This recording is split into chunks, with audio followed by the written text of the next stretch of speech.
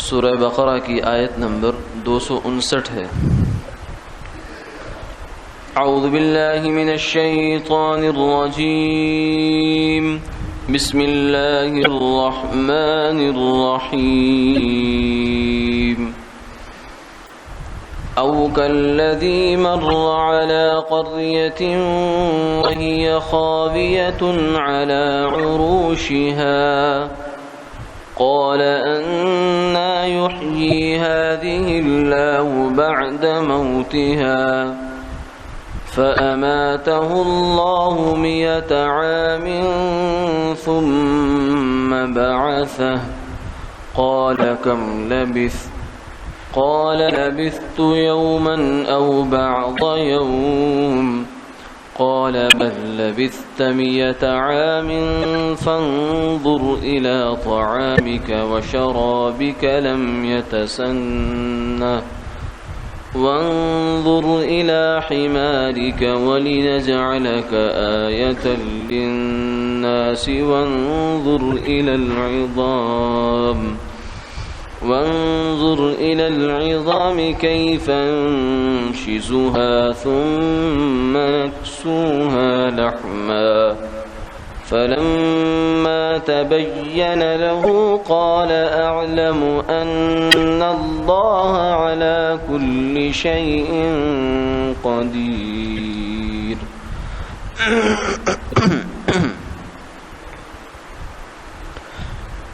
یا تم کو اس طرح کا قصہ بھی معلوم ہے جیسے ایک شخص تھا کہ ایک بستی پر ایسی حالت میں اس کو گزر ہوا کہ اس کے مکانات اپنی چھتوں پر گر گئے تھے۔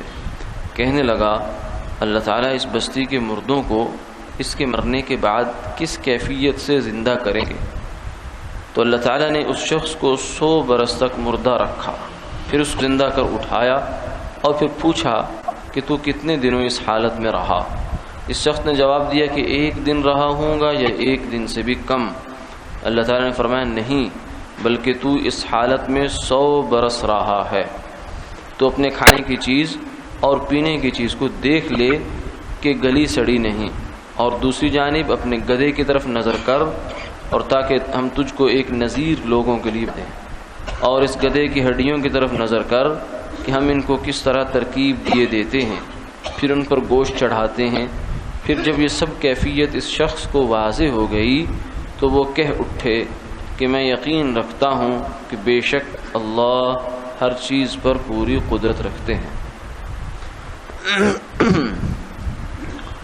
گزشتہ آیات میں اللہ تعالیٰ کے وجود کے بارے میں مکالمہ کا تذکرہ ہوا تھا کہ ابراہیم علیہ السلام نے اپنے اس وقت کے بادشاہ نمرود کے ساتھ جو مکالمہ فرمایا اللہ وجود پر،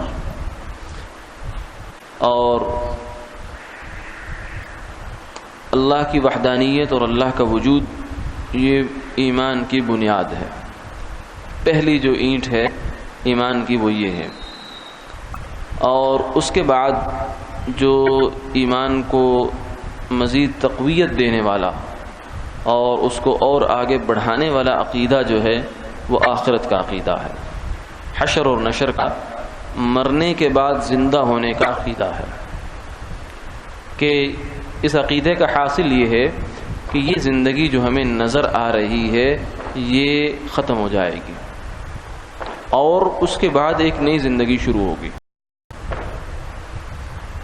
اب انسان اتنا تو مانتا ہے کہ یہ زندگی ختم ہو جائے گی، کیونکہ چاروں نچار اسے ماننا پڑتا ہے، کیونکہ اس کے باپ، اس کے دادا، اس کے سامنے کتنے لوگ دم توڑتے ہیں، دنیا سے جاتے ہیں، اس لیے کہتے ہیں کہ خدا کے منکر تو موجود ہیں، موت کا منکر کوئی نہیں، کہ موت ہی کو نہ مانے کہ میں نے مرنا کوئی نہیں، ایسا تو کوئی انسان دنیا میں نہیں ہے۔ تو اس زندگی کی انتہا کو تو لوگ مانتے ہیں، لیکن اس کے مرنے کے بعد، یہاں سے اس زندگی کے ختم ہو جانے کے بعد ایک نئی زندگی شروع ہونی ہے، اس کو لوگ ماننے سے ذرا ہچکچاتے ہیں۔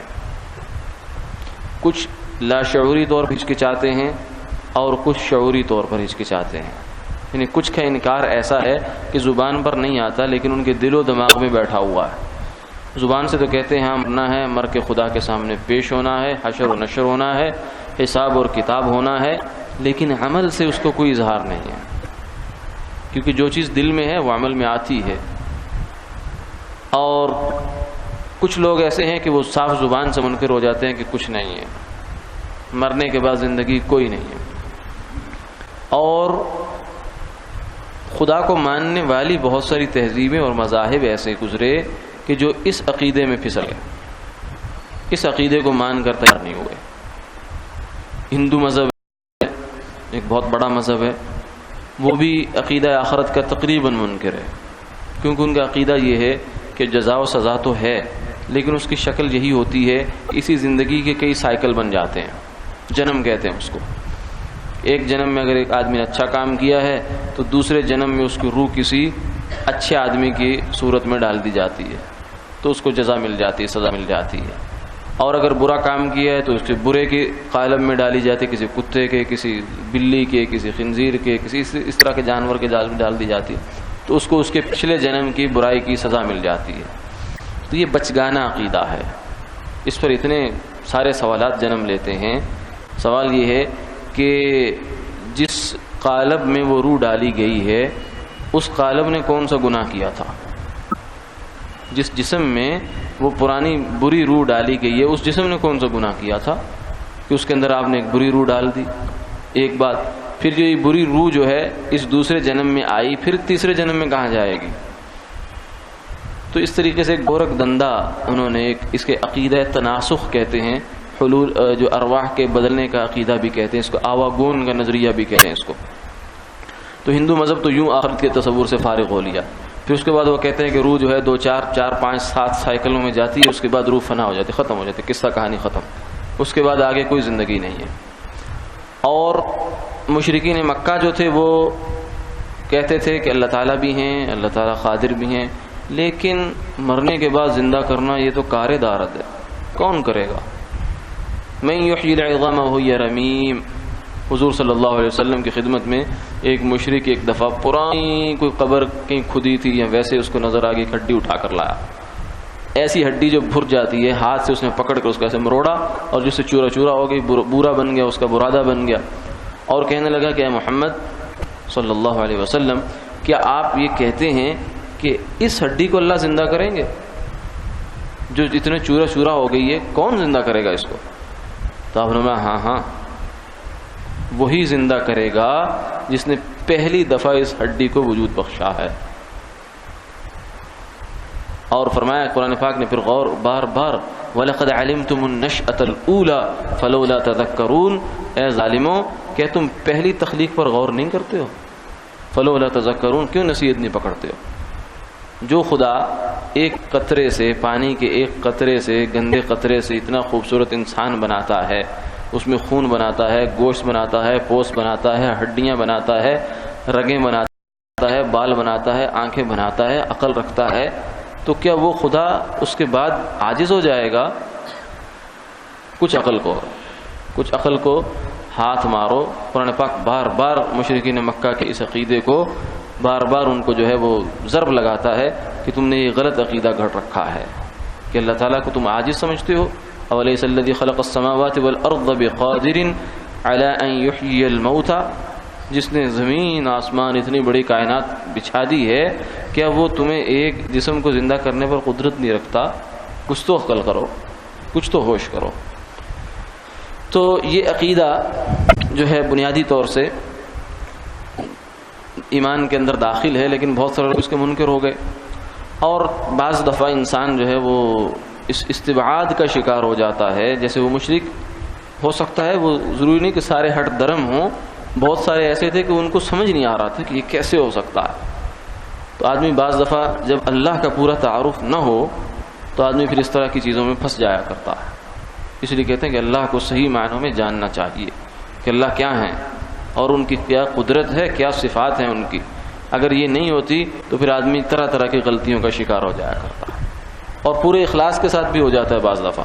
ایک حدیث میں یہ بھی واقعہ آتا ہے، ایک آدمی تھا بنی اسرائیل کا، اس نے اپنے جب مرنے لگا تو بچوں کو وصیت کی کہ جب میں مر جاؤں، مسلمان تھا ویسے، مومن تھا، تو مجھے یہ کرنا کہ میری لاش کو جلا دینا، جلا کر راکھ کر دینا، راکھ جو ہے اس کو 3 حصوں میں بانٹ دینا، ایک حصہ صحرا کے حوالے کر دینا، ایک حصہ ہوا کے حوالے کر دینا، ایک حصہ پانی کے حوالے کر دینا، تاکہ بس میں ختم ہو جاؤں، نام و نشان ختم ہو جائے۔ اور یہ جو اس نے کیا تھا، آگے پھر اس کا مکالمہ آتا ہے، اللہ تعالیٰ نے اس کو زندہ کیا۔ اللہ نے جب حکم دیا تو ہوا کے ذرات آ گئے، پانی کے ذرات آ گئے، صحرا کے ذرات آ گئے، اور سب اس کا پتلہ ایسے دوبارہ کھڑا ہو گیا۔ اللہ نے اس کو کھڑا کر دیا اور میں ہاں اب بتا کیا کیا تھا تو نے، کیوں کیا تھا؟ تو آگے خوف سے کانپنے لگا۔ اس نے کہا مخافت ربی، اے اللہ میں نے جو کچھ بھی کیا تیرے ڈر سے کیا ہے، کہ میں تیرا سامنا نہیں کر سکتا تھا، میرے عمل ایسے تھے کہ میں نے سوچا شاید میں اس بہانے نکل جاؤں، میرا سامنا ہی نہ کرنا پڑے اللہ تعالیٰ سے مجھے۔ تو یعنی یہ اس کو بیچارے کو غلطی لگی کہ وہ اس نے یہ سمجھا کہ اگر تو مردہ قبر میں دفن کر دیا جائے تو پھر تو شاید اللہ اس کو زندہ کر دیں گے، کیونکہ وہاں سب کچھ اس کا اکٹھا ہوگا، ساری راکھ شاک جو بھی ہوگی اکٹھی ہوگی، لیکن اگر میں اس طریقے سے اس کو جلا کے بہا دیتا ہوں تو پھر شاید کر پائیں۔ اور اصل پیچھے جو ریزن تھی، وجہ تھی، وہ یہ تھی اللہ کا ڈر تھا، مسلمان تھا۔ تو اس لیے عرض کیا کہ اللہ کو جب انسان صحیح معنوں میں نہیں جانتا تو وہ مسلمان ہونے کے باوجود بھی ٹھوکر کھاتا ہے، جیسے اس نے ٹھوکر کھائی۔ تو اس لیے جو انسان اللہ کو صحیح معنوں میں جانتا ہے، اس پر ایمان رکھتا ہے، اسے عقیدہ آخرت ماننے میں کوئی دشواری نہیں ہے۔ ہاں تھوڑا سا اتباعد ہو سکتا ہے، تھوڑا سا طبیعت میں ایک تعجب ہو سکتا ہے کہ جیسے ایک روٹین کی چیز ہم دیکھتے ہیں کہ جو مر گیا ختم، کبھی واپس نہیں آتا۔ روٹین تو یہی ہے، نارمل معمول تو یہی ہے کہ مری ہوئی چیز تو کبھی واپس پلٹ کر نہیں آتی۔ تو اب ہمیں یہ کہا جائے کہ نہیں مری ہوئی چیز نے پلٹ کر آنا ہے، دوبارہ وجود اس کا ہو جانا ہے، تو ایک تعجب ہوتا ہے، حیرت ہوتی ہے، استعجاب ہوتا ہے۔ تو یہ استعجاب جو تھا یہ بھی ان کو طاری ہو گیا۔ یہ جو یہاں آج کی آیات میں ہمیں پیغمبر ہیں، ایک غالباً ان کا نام، 2 مفسرین کی 2 رائے ہے، کچھ لوگ کہتے ہیں یرمیہ علیہ السلام ہے اور کچھ کہتے ہیں عزیر علیہ السلام ہے۔ تو 2 مختلف لوگوں کے بارے میں اس آیت کا مصداق اختلاف ہوا ہے۔ بہرحال قصہ یہ تھا کہ بنی اسرائیل یروشلم میں بیت المقدس میں رہتے تھے، وہاں بخت نصر بادشاہ ایک آیا، بنی اسرائیل کی بری حرکات جب ان پر مسلط ہو گئی تو اللہ کی طرف سے عذاب بن کر آیا اور اس نے پھر ان کو مارا، تہس نہس کر دیا، کتنوں کو مار دیا، قتل کر دیا، اور 70,000 کے قریب بنی اسرائیل جو باقی زندہ بچے تھے ان کو اپنے ساتھ اٹھا کر اپنے شہر لے گیا، غلام بنا دیا جا کر ان کو۔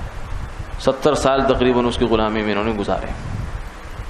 یہ جو یرمیہ علیہ السلام تھے، انہوں نے بعد میں اس علاقے میں ان کا گزر ہوا تو وہ بستی ویران ہو گئی، اجڑ گئی تو کوئی پرسان حال نہیں رہا۔ اب کیا ہوا، پہلے چھتوں میں سوراخ ہوئے، وہ چھتیں نیچے گری، پھر دیواریں بارش ہوا کی وجہ سے اوپر ان کے گر گئی، خاویۃ علی عروشہا، وہ بستی پوری ایسے اوندے منہ گری ہوئی تھی۔ اور ان کو دیکھ کر یہ خیال ہوا کہ انا یحیی ہذہ اللہ بعد موتہا، کہ اتنا برا حال ہوا، اندر لوگ مر گئے، ختم ہو گئے، دفن ہو گئے، اللہ اس کو کیسے زندہ کرے گا؟ یعنی یہ کیفیت کا ان کا سوال تھا۔ یہ تو معلوم تھا کہ اللہ زندہ کرے گا، لیکن ذرا تھوڑا سا اطمینان چاہیے تھا ان کو۔ تو اللہ تعالیٰ نے انہی پر تباہ کروا دیا۔ فَأَمَاتَهُ اللَّهُ 100 عام، وہ گدھا ان کے پاس تھا، کھانا ان کے پاس تھا، تو انہوں نے کہا تھوڑی دیر سستا لیتا ہوں، زیتون کے درخت کے ساتھ گدھے کو باندھ دیا، کھانے کو ٹہنی کے ساتھ شاخ کے ساتھ لٹکا دیا اور خود آرام کے لیے لیٹ گئے۔ اللہ تعالیٰ نے جو روح قبض کرتا ہے فرشتہ، جب نیند آتی ہے تو بھی روح قبض ہوتی ہے، لیکن جب نیند ختم ہوتی ہے تو روح واپس اللہ بھیج دیتے ہیں، لیکن اس فرشتے نے کو حکم ہوا کہ اب اس روح کو واپس نہیں کرنا، نکال لی، جسم پڑا ہوا ہے۔ اور 1 سال 2 سال 4 5 100 سال گزر گیا، 1 صدی پوری، 3-4 نسلیں گزر گئی، اور اس کے بعد اللہ تعالیٰ نے ان کی روح واپس بھیجا۔ جب بھیجا تو آنکھیں ملتے ہوئے اٹھ بیٹھے، اور اللہ تعالیٰ نے پھر پوچھا ہاں جی کتنی دیر رہے؟ تو انہوں نے دیکھا آس پاس ماحول پہ نظر ڈالی کہ صبح میں سویا تھا، صبح کا وقت تھا، تو اب عصر کے قریب کا وقت ہے، تو کہا کہ 1 دن ہوگا یا 1 دن کا بھی کچھ حصہ ہوگا۔ یہ زمانہ کا 100 سال کا چکر چل چکا ہے، لیکن ان کے خیال میں یہ ہے کہ 1 دن زیادہ سویا ہوں میں۔ تو اللہ تعالیٰ نے فرمایا کہ دیکھو اب آ گیا، تمہارے اوپر جو ہے تجربہ ہو گیا، جب تجربے سے آدمی خود گزر جائے تو اس سے بڑا مشاہدہ اور تصدیق کیا ہو سکتی ہے. دوسرے کے اوپر تجربہ پھر بھی ایک اور تجربہ ہوتا ہے، اپنی ذات پر بیتا ہوا تجربہ تو سب سے زیادہ مصدقہ ہوتا ہے. تو پھر فرمایا کہ دیکھو اب جو کھانا دیکھا تو شاخ کے ساتھ ویسے ہی لٹکا ہوا ہے، بالکل تازہ، جیسے رکھا تھا ویسے ہی تھا، جیسے صبح کے شام تک جو کھانا ہوتا ہے ویسے ہی ہوگا. قریب اندازہ یہی ہے کہ شاید سردی کا موسم ہوگا کہ کھانا جیسے خراب نہیں ہوا ہوگا. اور لیکن جو گدھا جہاں باندھا تھا تو اس کی ہڈیاں پڑی ہیں، اور ہڈیاں بھی ایسے جیسے زمانے گزر گئے اس پر، اور خود اپنا جسم جو ہے وہ بھی بالکل سالم، جیسے سوئے تھے ویسے کہ ویسے. تو یہ قدرت کی نشانی اللہ نے ان کو دکھائی. اور یہ جو اللہ نے متضاد چیزیں دکھائی ہیں یہ اپنی قدرت کاملہ تامہ دکھائی ہے ان کو، کہ ایک ہی وقت میں ایک ہی جگہ پر ایک ہی انوائرمنٹ میں. یہ نہیں ہے کہ ماحول بدل دیا ہو. گدھا بھی ساتھ ہے، کھانا بھی ساتھ پڑا ہوا ہے. گدھا جو ہے وہ مرا ہے، گلا ہے، سڑا ہے، ہڈیاں اس کی چمک رہی ہیں، چٹخ رہی ہیں، اور کھانا بالکل تر و تازہ ہے، اور ان کا جسم بھی تر و تازہ، اور 100 سال تک ان کو ہوش بھی نہیں آئی. تو یہ سب اللہ نے اپنی قدرت دکھائی ہے کہ میں یہ کر سکتا ہوں، کہ میں جسموں کو سالم بھی رکھ سکتا ہوں. اور پھر فرمایا کہ اب آگے دیکھو تماشا کیا ہوتا ہے. وانظر الی حمارک، گدھے کو دیکھیں. وَلِنَجْعَلَكَ آیَةً لِلنَّاسِ، ہم آپ کے اس قصے کو آنے والے لوگوں کے لیے ایک نشانی بنائیں گے. پھر وانظر الی العظام، ہڈیاں دیکھیں. اچھا جی ہڈیاں دیکھ رہے ہیں. اب ان ہڈیوں کے اوپر پہلے ہڈیاں سیدھی ہوئی، ان کے اوپر پھر اسی زمین کے اجزاء میں سے ذرات اٹھ کر گوشت بنے، پوست بنے، بال بنے، کھال بنے، اور اس کے بعد گدھا جو ہے دوبارہ زندہ ہو کر ان کے سامنے کھڑا ہو گیا. فرمایا کہ یہ ہوگا. چلو اپنے اوپر تو جو میں تجربہ ہوا اس کا تمہیں شاید زیادہ اندازہ نہ ہوا ہو، کیونکہ تو آپ نے تو سمجھا میں سو گیا، حالانکہ مر گئے تھے، سو نہیں گئے تھے. فَأَمَاتَهُ، موت آ گئی. اللہ نے جسم سالم رکھا اور دوبارہ روح اس کے اندر ڈال دی. اور گدھے کو تو مرا ہوا دکھایا، بلکہ گلا ہوا سڑا ہوا دکھایا، اور پھر اس کو دوبارہ اسی طرح زندہ کر دیا. یہ اللہ کی بہت بڑی نشانی ہے کہ اللہ تعالیٰ ایک ہی وقت میں ایک ہی جگہ پر یہ مختلف قسم کے ان کو تجربات دکھائے. کیف ننشزها ثم نکسوها لحما، پھر ہم ان کے اوپر گوشت چڑھائیں گے. فلما تبین، جب یہ تجربہ کھل کر سامنے آ گیا، قال اعلم ان اللہ علی کل شیء قدیر، تو کہنے لگے اب تو دل کی گہرائی سے میں اس بات پر یقین رکھ لیا کہ اللہ ہر چیز پر قادر ہے. تو گویا کہ حاصل یہ ہے کہ آخرت کا عقیدہ ماننے کے لیے اللہ کی قدرت کو ماننا پڑے گا. جو بندہ اللہ کی قدرت مانتا ہے یہ ہو نہیں سکتا کہ وہ آخرت کا عقیدہ یا کچھ بھی اللہ نے جو کہہ دیا اسے ماننے میں استبعاد ہو. جسے یہ شک ہوتا ہے کہ اللہ نے یہ کیسے کہہ دیا، کیا ہو سکتا ہے کیا نہیں ہو سکتا، یہ ممکن ہے نہیں ممکن، پاسبل ہے کہ نہیں ہے، آج کے سائنس کے لاز یہ کہتے ہیں یہ کہتے ہیں، اللہ کا فرمان ہے. تو اس کا مطلب یہ ہے کہ اللہ تعالیٰ کو ما قدر اللہ حق قدری، اللہ کو جیسا ماننا چاہیے ویسا نہیں مانا، اپنے پیمانوں پر مانا ہے. اپنے پیمانے تو چھوٹے ہیں تو پھر اللہ کی قدرت کا تصور بھی چھوٹا آئے گا. اللہ کی قدرت کو اس طرح ماننا چاہیے جیسے انبیاء علیہ الصلوۃ والسلام منوا کر. وآخر دعوانا الحمد للہ رب العالمین.